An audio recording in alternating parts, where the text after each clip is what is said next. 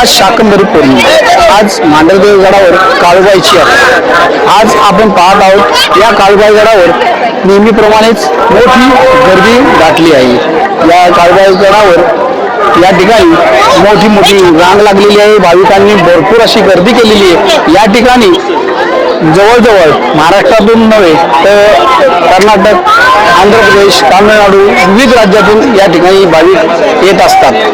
या काळूबाईच्या ठिकाणी देवस्थान ट्रस्टने भरपूर असे सोयीसुविधा केलेल्या आहेत। पार्किंगची व्यवस्था, पाण्याची व्यवस्था सर्व ठिकाणी व्यवस्थित उपलब्ध आहे। प्रशासनाने चोख आपली नियोजन लावलेले आहे।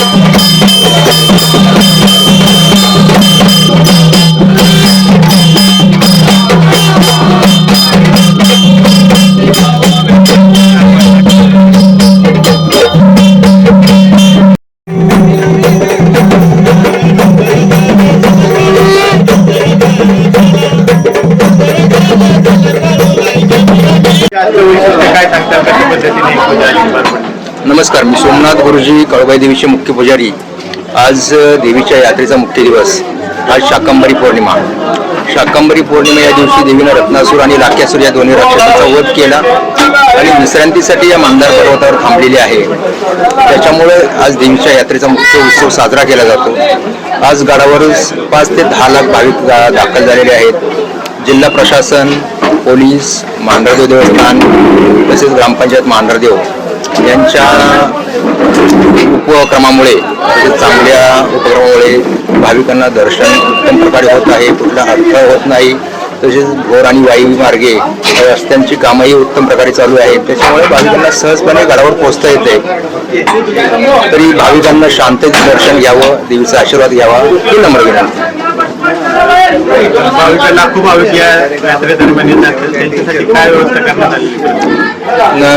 पिण्याची पाण्याची सोय, शौचालय तसेच दर्शन रांग नव्यानं निर्माण करण्यात आलेली आहे की उन्हापासून, थंडीपासून भाविकांचं संरक्षण व्हावं यासाठी मांढरदेव देवस्थानानं नवीनच आता दर्शन रांग निर्माण केलेली आहे।